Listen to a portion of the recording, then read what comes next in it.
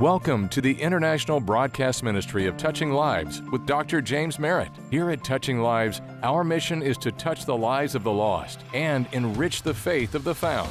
And now, here is pastor, author, and speaker, Dr. James Merritt.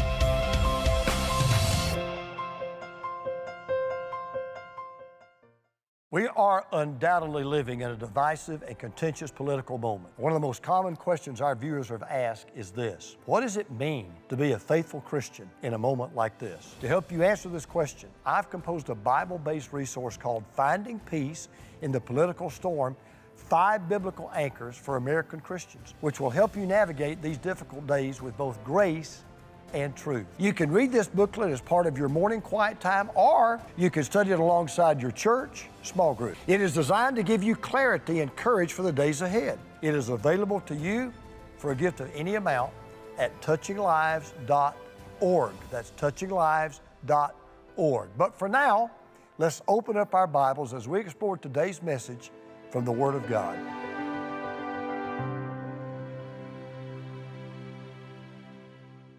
Let me begin by asking you a question.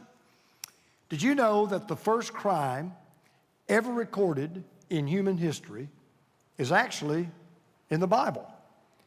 That's true, and it was not a minor misdemeanor. It is the most serious of all crimes. As a matter of fact, there are 41 federal crimes that you can commit, and of those 41 federal crimes, they result in the death penalty. And all but 2 of those involve this one crime: murder. Of the 41 federal crimes, 39 of them relate some way to murder. Now, I think I'll speak for all of us when I would say that we certainly believe that's probably no more serious crime than that. And I think that we would all agree that someone who commits that crime, at the very least, should go to jail. Some should go to jail probably without the possibility of parole. And then there would be some of us that would say, yeah, they probably even deserve the death penalty. But here's the kicker.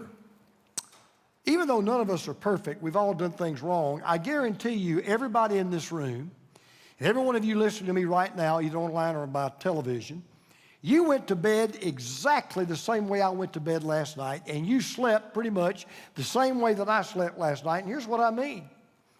I didn't go to bed last night worried that I had murdered anybody.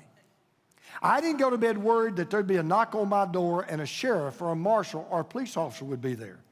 I didn't worry that there was a warrant out for my arrest for murdering someone. I didn't worry that I was on the top 10 most wanted list of the FBI. Because I went to bed last night believing, as most of you believe, that I've done a lot of things that I'm glad you don't know that I've done, and I hope you never find out. But one thing I've never done, you've never murdered anybody. Well, as Lee Corso loves to say, not so fast, my friend. Because if what we're about to hear this morning that Jesus said is true, I'm looking at a bunch of murderers. And you're listening to one.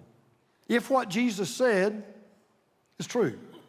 So we're in a series on the Sermon on the Mount that we're calling Get Used to Different. And certainly what Jesus is going to say about murder is radically different from what you and I think about when it comes to murder. And for those of you who bring your little booklet that we gave you several months ago, we're on page 26. If you want to go there and you want to take some notes, let me tell you what we're about to do over the next several months. This is going to really get good. Up until now in the sermon that we've been studying, Jesus has been very general. He's not really getting into real many specifics. So like the Beatitudes, blessed are the poor in spirit, blessed are the merciful, blessed are the pure in heart, kind of a real general overlook at what the Christian life is all about.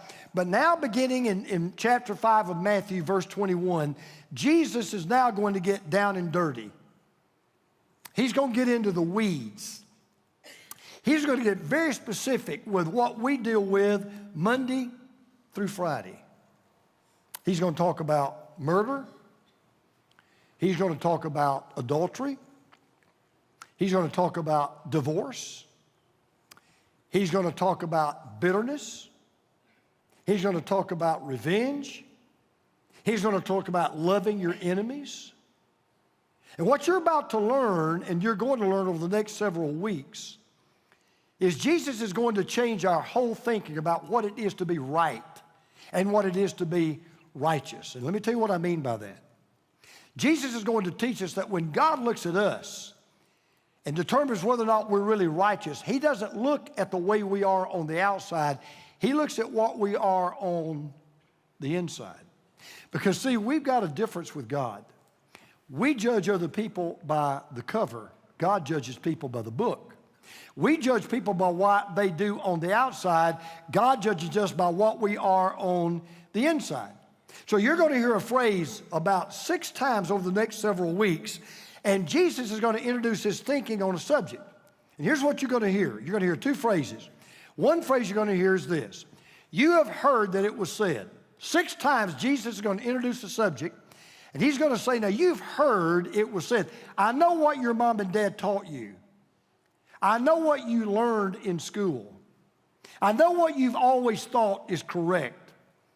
I know what's always been in your mind. You have heard that it was said, but then he follows up every time with these 3 words: but I say. But I say. And Jesus is letting us know up front, what I'm going to tell you is so different than the message that you're used to. It's so different from what you've been taught. It is so unlike what you've always heard. And what Jesus is about to do 2,000 years ago to these Pharisees and these Sadducees and these church-going people, he's about to turn their apple cart upside down. He's about to share with them things that they never thought they would hear. So let me give you a modern-day illustration of what I'm talking about. I don't know much about computer science, but I know a little bit. Some of you will realize this. When you get a computer or even a cell phone, that comes with what's called default settings. In other words, when they built that phone, they built that computer, they put some default settings. That's automatically assigned to whatever software you've got, and those settings are called presets. You didn't ask for those to be put in there. They just put them in there. And there are operating instructions that we return to. If everything else fails, they'll say, have you tried a hard reset? Meaning, go back to the default. Go back to what was in there to begin with. Now, what you may not realize is, from the time you were born and I was born, we've all downloaded default settings and didn't even know it. These settings are written into us by the homes we were raised in, by the things we were taught, by the movies and the television shows that we watched, by the social media videos that we experienced, by the books that we've read, by the people that we've met. And these default settings tend to dictate the way we interact with everybody else. Let me give you an example of a default setting you and I were all born with, every one of us. Take 2 5-year-old kids, and they're in a room, and they're playing. For whatever the reason, one 5-year-old hits the other 5-year-old, all right? What does the other 5-year-old just naturally do? Somebody tell me. Hit him back. Well, who taught them that? Nobody. You were born with that default setting, right? We were all born. You hit me, I hit you back. And then Jesus comes along and says, no. If somebody hits you on the cheek, you turn the other. Changes the default setting. I know that's the default setting you had, but I want to change the setting. I want to change you and how you think about what's right. I want you to change in what you think is being right.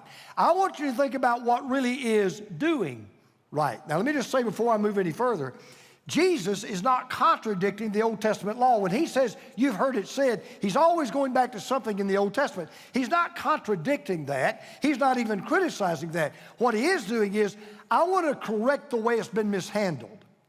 I want to correct the way it's been mistaught. I want to correct the way it's been misunderstood. So he said, let's just deal with one thing right up front.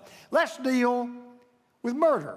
Let's just talk about murder. Now, let me just be frank, upfront. Murder is not the first sin committed in the Bible. The first sin committed was disobeying God's law. But the first fruit of that sin resulted in the first crime, which was when Cain killed his brother Abel. So he disobeyed God because he should have loved his brother like he should have loved him, but instead he didn't. And guess what? We're still reaping the bitter fruit of that thinking today. You may not know this. You may be interested to know there are 26,000 murders in America every year. Every single day in God-blessed America, 70 people are murdered. They're not accidentally shot.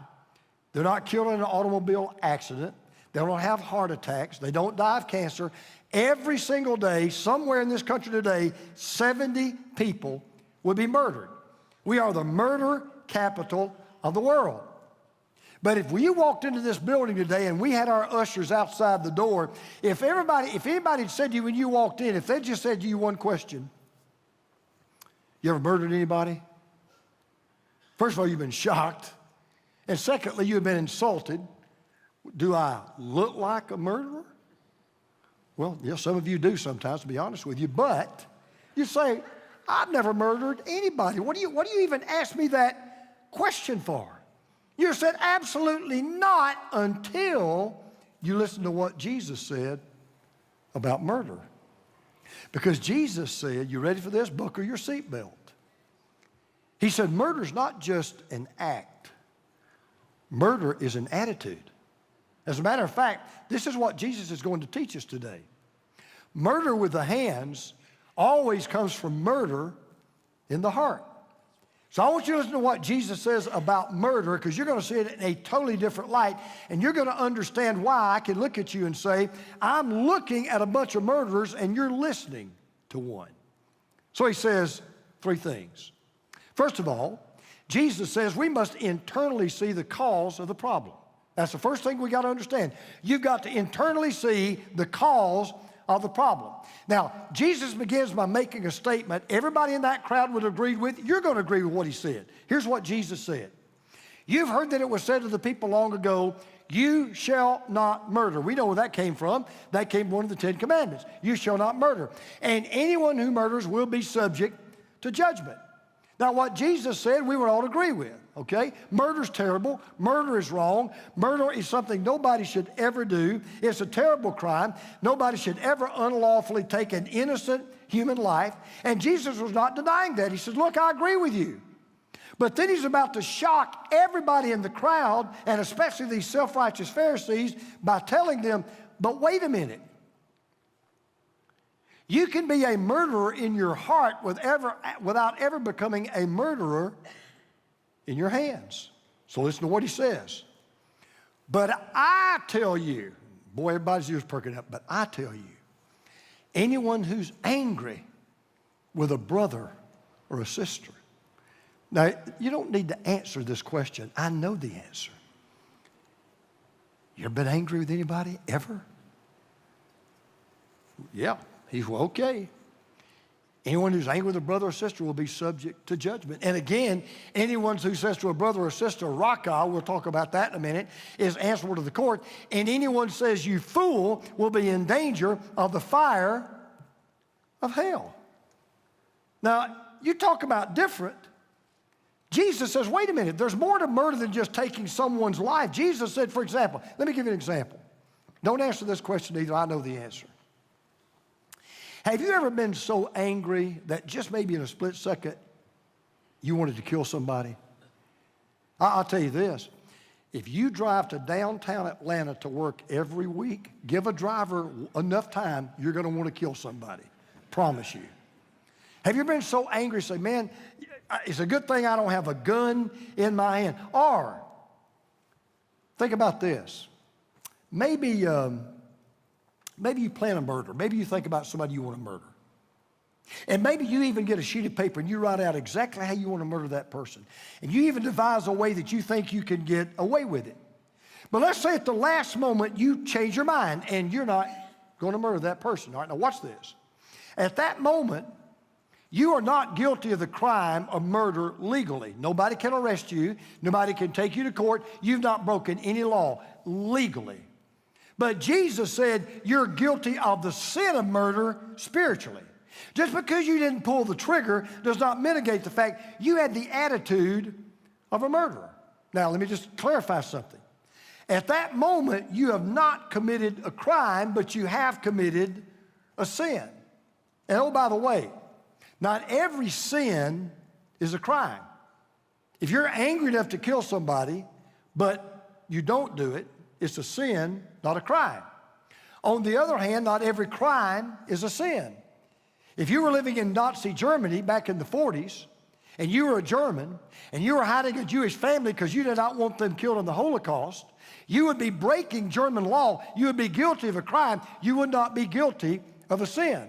So not every sin is a crime, and not every crime is a sin. But Jesus is going to show us, you may never be convicted of the crime of murder, but all of us can be convicted at some time or another of the sin of murder. So let me just give you the kind of anger that can make a murderer out of you. For example, Jesus said, intense anger makes you a murderer. He says, but I tell you that anyone who is angry with a brother or a sister will be subject to judgment. Now, the word for anger there, he's not talking about just a flash of anger that you just, momentary and you get over it. He's talking about that explosion. I mean, when the teeth are gritting and the jaw is clenching and the eyes are flashing. I mean, you're angry enough, it's just a good thing you don't have a gun in your hand. We've been there. And the thing is, Jesus said, well, you may not have the gun in your hand, but you've got the gun in your heart. And you have a murderous spirit. I love the story. I think I've told you before, but it's worth hearing again. There was a woman she was the very first woman ever elected to the House of Commons in Great Britain. Her name was Lady Astor. And it was when Winston Churchill was the prime minister at that time. So they had a lot of political entanglements, a lot of political engagements. And they didn't see eye to eye on most everything political. And not only that, they just rubbed each other the wrong way. It was literally oil and water.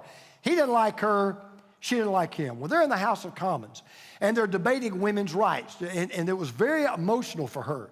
And Winston was very emotional, and I mean, they really got into it. Well, Churchill was a better debater than she was, and Churchill could always beat her in a debate. So whenever he would beat her, then she would really get angry. She'd just get personal. And so they got into a screaming match. She got so angry. This is in front of the whole House of Commons. They got so angry, she said, Sir Winston, if I were your wife, I'd poison your coffee. He never missed a beat. He said, if you were my wife, I'd gladly drink it. Now,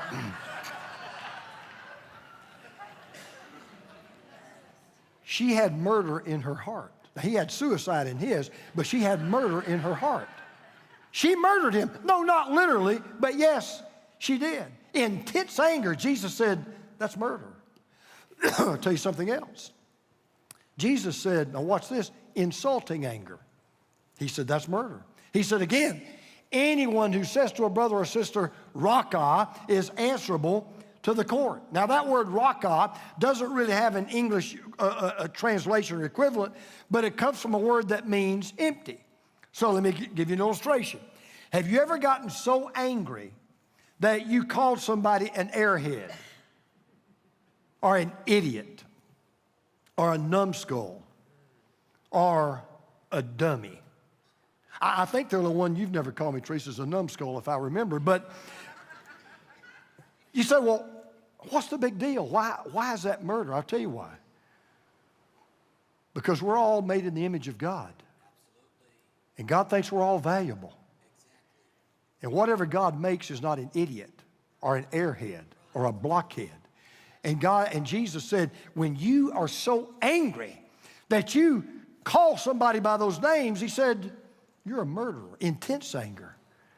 Insulting anger. I'll tell you something else, he said, insensitive anger. He said, that's murder. He goes on to say this, and anyone who says you fool will be in danger of the fire of hell. Do you know what the Greek word is for fool? It's the word moros. Where do you think we get the word, what word do you think we get? Moron. Hey, be honest. You ever said to somebody, what a moron? Jesus said, you just called somebody I love, somebody I created, a useless, wasted person. We call it character assassination. Jesus said, when you get so angry, you've got to revert to name calling. You've got to degrade people. You've got to cut them down. You say they have no value, you're guilty of murder. Now, again, legally, you're in the clear, legally. But spiritually and morally, in God's eyes, he says it's murder. It's not attempted murder. It is actual murder. Because when you're at the point you want to kill somebody, you may say, well, now wait a minute. I don't want to kill anybody. Now, I wouldn't mind if somebody else killed them. I don't want to kill anybody, but I wish they'd choke on a varsity hot dog. I don't want to kill anybody, but if they have a heart attack, I can't help it. Jesus said, you're guilty of murder. So when people talk about the Ten Commandments, they'll always go to this one. Well, I'll tell you what I've never broken, murder. Yes, we have. Jesus said we must internally seek the cause of the problem. Now, if that was not enough to shake everybody up, if that was not enough to get everybody's attention, Jesus tightens the screws. He said not only must we internally seek the cause of the problem, Jesus said we must intentionally seek the cure for the problem. Now, Jesus does what every great preacher does. He was the greatest preacher that ever lived. He says, you know what? I'm going to apply this message in a practical way. Let me bring this home to where you live every day. Let me give you a practical example. So listen to what he says. You talk about mind-boggling. He said, therefore, if you're offering your gift at the altar, in other words, you're in church, you come to church. If you're offering your gift at the altar, and there remember that your brother or sister has something against you, he said, leave your gift there in front of the altar, first go and be reconciled to them, then come and offer your gift. Now, if you're a Jewish person, you sat straight up. You got wide-eyed. Because to a Jewish person, there was no more important place than the temple. And in the temple, there was no more important thing than the altar. And at the altar, there was no more action more important than giving your offering at the altar. And what Jesus is saying is this. You ready for this? Jesus said, I don't care if you did come to church to worship. There's something more important than your worship. As a matter of fact, until this happens, you can't worship. Until you do this, your worship is impossible. He says, you cannot get to God vertically until you get right with your brother horizontally. It's one of the very few times in the Bible we're told there's something more important than worship. So let me meddle just a minute where some of you are. Some of you watching right now. I'm touching a nerve, I know I am. So let's just get it out. You wonder why you come to church most every Sunday, but you just don't get much out of it. You don't get much out of the sermon. You try to sing the songs, but nothing moves you. You walk out the same way that you walked in. For some of you, just coming to church is just a chore. It's just something you check off, and you wonder why don't I get more out of it? What is the problem? I don't know why it's true for some of you. I'll tell you why it is true, though, for some of you. The reason why some of you come to worship, but you never worship, even though you never miss a worship service, is for this reason. You cannot be right with the God you can't see if you're not right with the brother or the sister that you can see. Yes. So let me just be very, very frank and very, very honest. You say, but you don't know. You've never had your husband walk out on you and leave you with 2 kids. No, I haven't, or a wife either, obviously. Yeah, you don't know what it's like to be fired from a job after 25 years of service because the church, the company downsized and didn't even give you a cup as you left. No, I don't know that. You don't know what it's like to be raised by a dad or a mom that always loved the other brother or the other sister more than me. Yeah, I didn't have that. I don't know. And I'm not making light of it. What I am telling you is this. If you don't get that right and you don't make that right, you'll never be right with God. And if you don't make that right, you'll never be able to worship God. I want to tell you something. One of the things I love about reading the Bible, we're going to encourage you to read the Bible through this year, at least the New Testament. One of the things I love, I'll tell you, is I see things I've never seen before. I'm working on this sermon, and I saw something. I've read this verse. I'll be conservative. I know I've read this verse conservatively 300 times in my life. I never saw this until I worked on this message. Paul was talking about worship and talking about lifting hands in worship, which we all is a good thing. But I want you to listen to what Paul said. I've never seen this before. Paul said in 1 Timothy 2:8, therefore, I want the men everywhere to pray. Well, we all ought to pray. He says, lift up holy hands. Yeah, I got that. But then he said, I've never seen this before. Without, what's that word? Anger. Same word Jesus used, by the way. I've never seen that before. You know what Paul was saying? You can't pray with an angry heart. You can't worship God with a bitter spirit. You can't come to God with one hand saying, I love you, but with a closed fist to your brother saying, I hate you. You can't do that. It is an impossibility. You can't be right vertically if you're not right horizontally. Paul said, Jesus said, if you're not right with someone on earth, you can't be right with God in heaven. That's why he says, you know what you ought to do? And you know what? I'm not going to ask you to do it today necessarily. But I guarantee you there's somebody in this room that probably ought to get up right now, walk out that door and make it right with somebody. That's why you come in here and it's like your prayers hit the ceiling and your worship hit the ceilings and it never goes anywhere at all. In fact, let me give you a scenario. Let me give you this scenario. You get up on Sunday morning, you take a shower, you put on your clothes, you come to church, you park your car, you walk inside, you sit down, then we start singing, you stand up. Some of you maybe lift your hands, you get ready to listen to the truth of the Word of God, you get out your notepad. But in your heart, there's this unresolved anger. In your heart, there's this person that comes to your mind.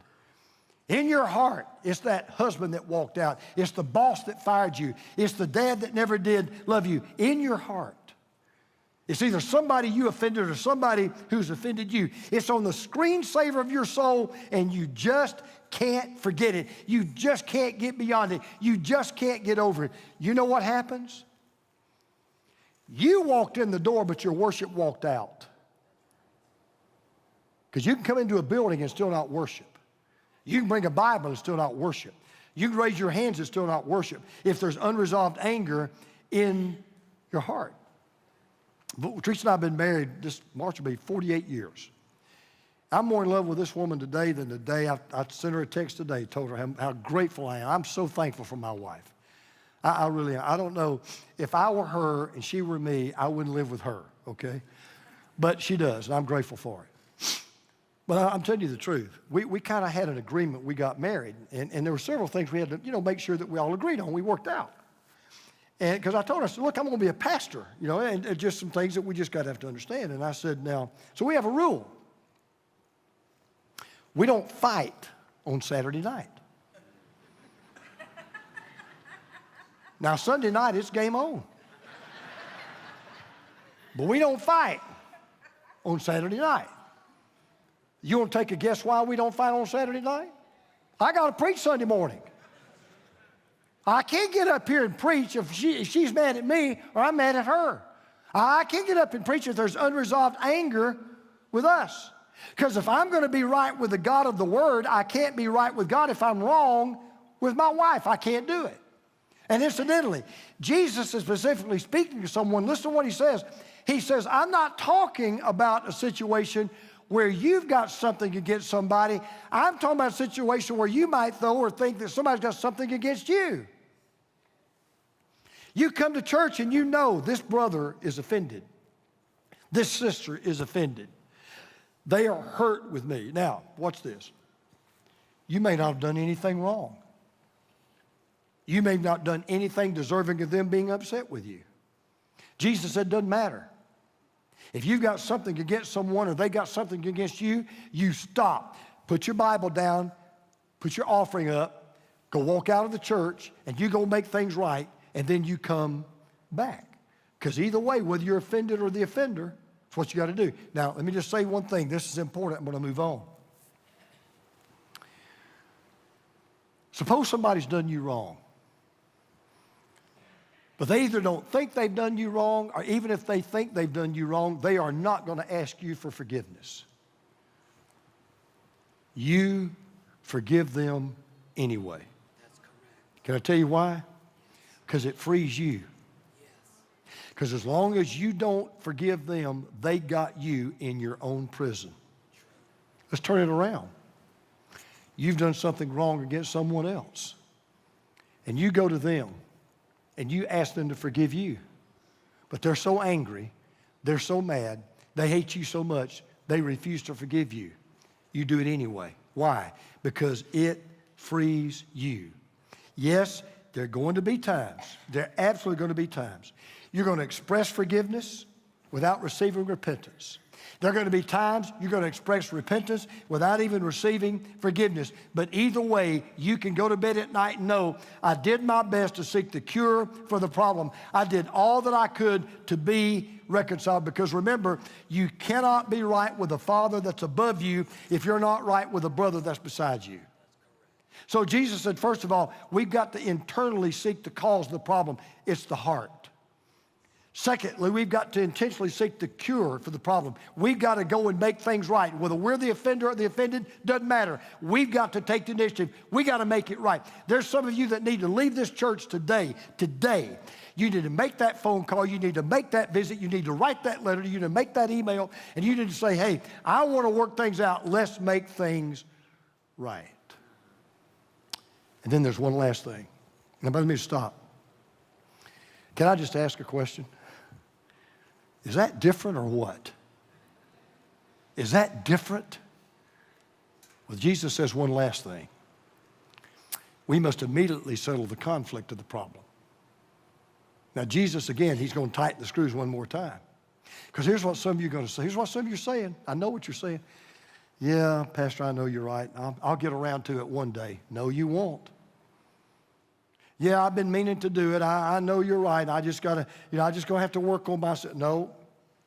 Jesus said not only should you get right with somebody intentionally, he said you do it immediately. Because here's what he said.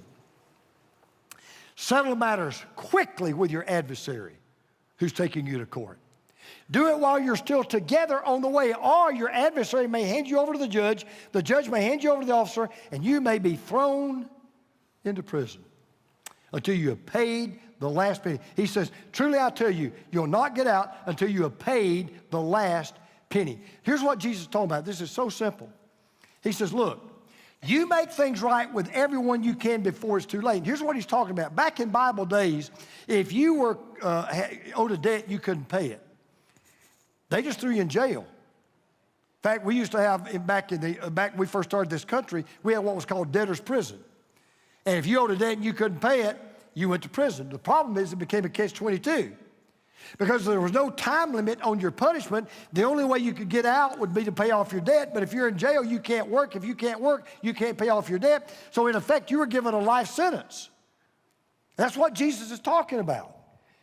And that's why Jesus says, look, settle things quickly, quietly, before it gets to court, before you stand before God. Because Roman law said that a plaintiff could bring an accused person before a judge. But Roman law also said this, and any time before you walk before that judge, you can make things right. And any time before you stand before that judge, the two of you can come to an agreement. You can settle your case. But the moment you step across the threshold of that courtroom, the moment you stand before the judge, your fate is too late. So I just want to see where you are spiritually. I went to bed last night, as all of us did. I went to bed the same way I've gone to bed since I was 9 years old. I went to bed knowing that if I woke up in heaven and not on earth, I knew I'd wake up in heaven. How do you know that? Because when I was 9 years old, I settled my case with God out of court. I confessed my sin to Jesus. I accepted his death on the cross, his resurrection, his payment for my sin, and I surrendered my life to him, and Jesus canceled my sin debt.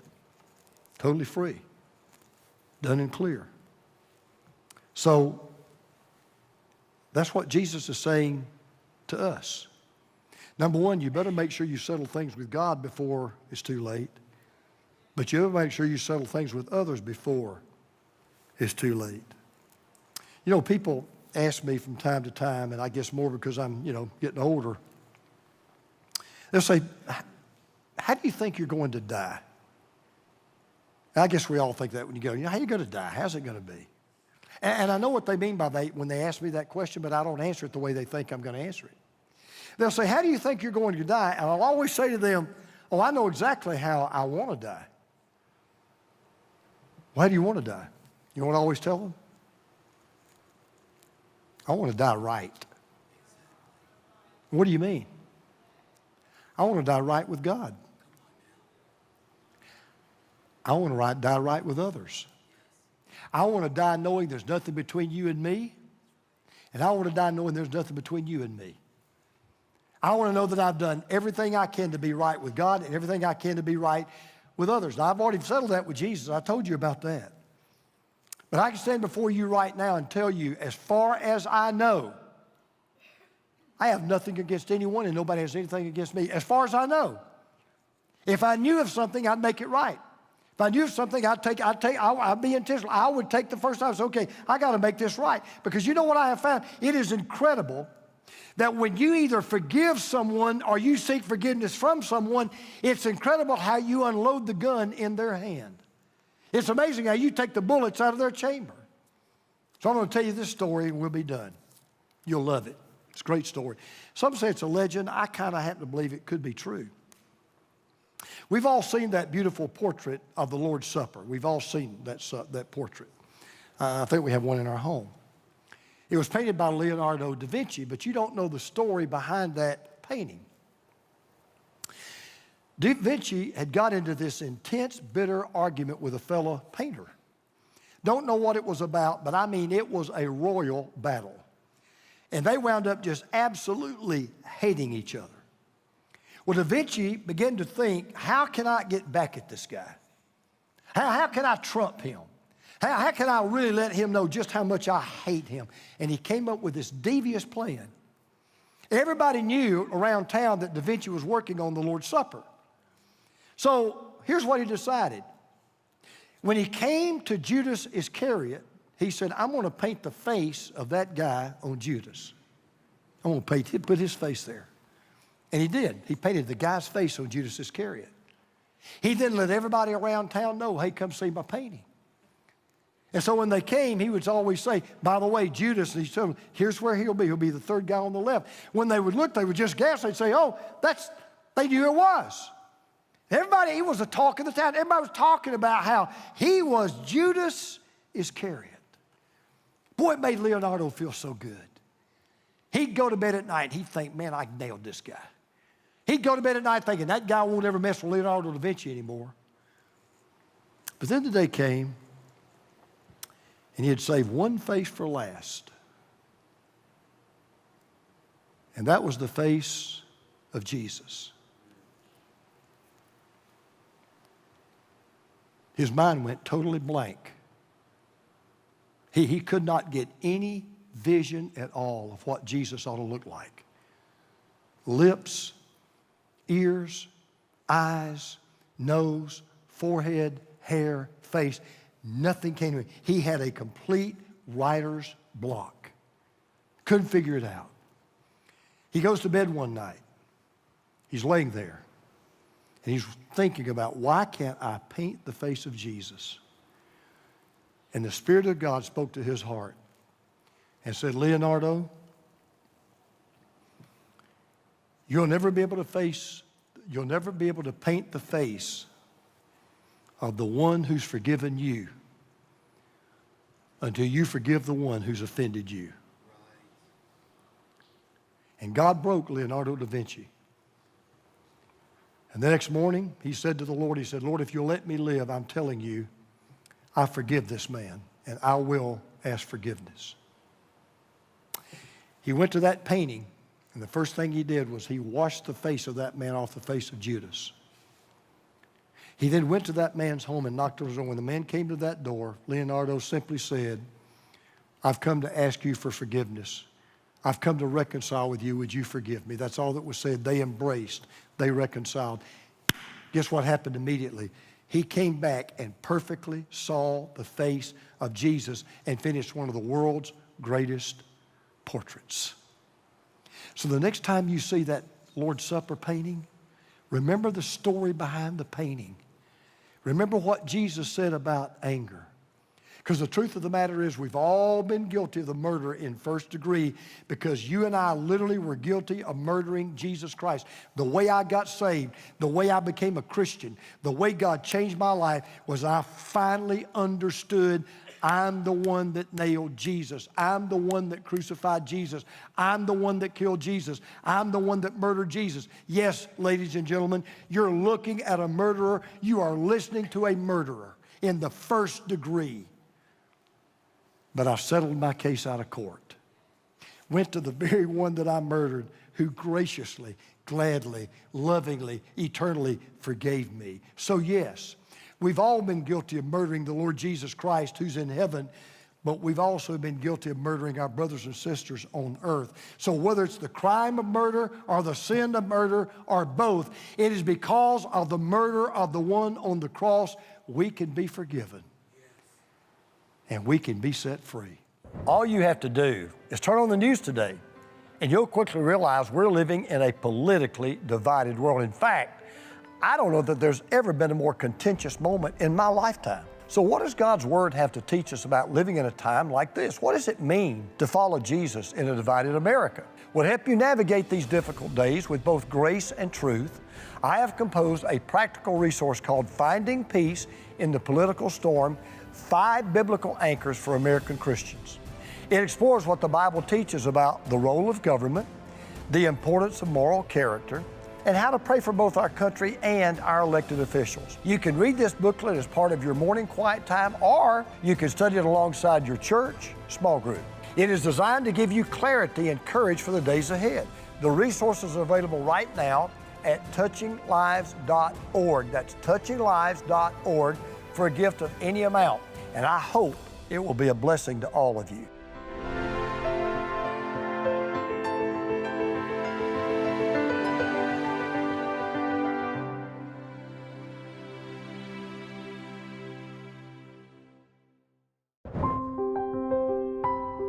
Touching the lives of the lost and enriching the faith of the found. This is Touching Lives with Dr. James Merritt.